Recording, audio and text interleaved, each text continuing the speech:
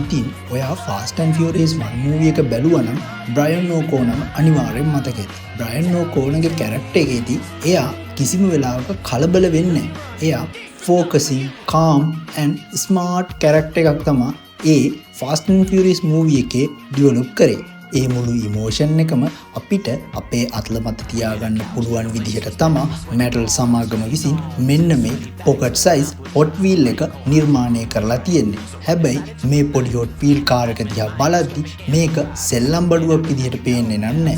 මේක world class legendary symbol එකක් විදිහට තමයි මෙටල් සමාගම විසින් නිර්මාණය කරලා තියෙන්නේ. ඇත්තටම මෙන්න මේ පොඩි කාර් එක පිටුපස තියෙන හිස්ටොරිකල් ක්‍රියේටිවිටි එක ගැන ඔයා දන්නවද?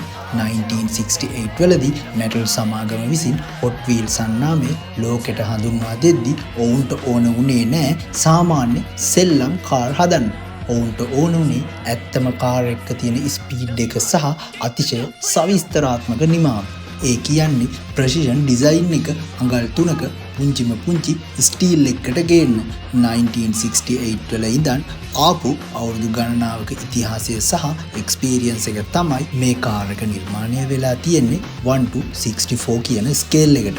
ඒ කියන්නේ ඇත්තම පෞෂි කාර් එකක් හරියටම සමාන කොටස් 64කට බෙදුවොත් ඒකෙන් එක් කොටසක ප්‍රමාණයකට තමයි මේ කාර් එක හදලා තියෙන්නේ. මේ තරම් පොඩි ඉඩක් ඇතුලේ ඇත්තම පෞෂි කාර් එක තියෙන හැම කර්ව් එකක්ම හැම ලයින් එකක්ම නූලටම තියන්න හොට් වීල් ඉන්ජිනරින් ස්කිල් එකට පුළුවන් වෙලා තියෙනවා. නිකන් හිතන්න මේ තියෙන ඒ දැවැන්ත රෙයා වින් එක ඉදිරිපස තියෙන එරෝඩයිනමික් වෙනට් සහ පෞෂි කාර් එකටම ආවේනික වූ ඒ රවුන්ඩ් හෙඩ්ලයිට් මේ හැම මිලිමීටර් ගන්නක අතිශය සියුම් ඉඩක් ඇතුලේ කිසිම වෙනසක් නැතුව මතු කරලා පෙන්වන්න ඔවුන් පාවිච්චි කරලා තියෙන්නේ ඩයිකාස්ට් මෙටල් සහ ටෙම්පෝ ප්‍රින්ටිං කියන ඉහළම ඉන්ජිනරින් ස්කිල් එක.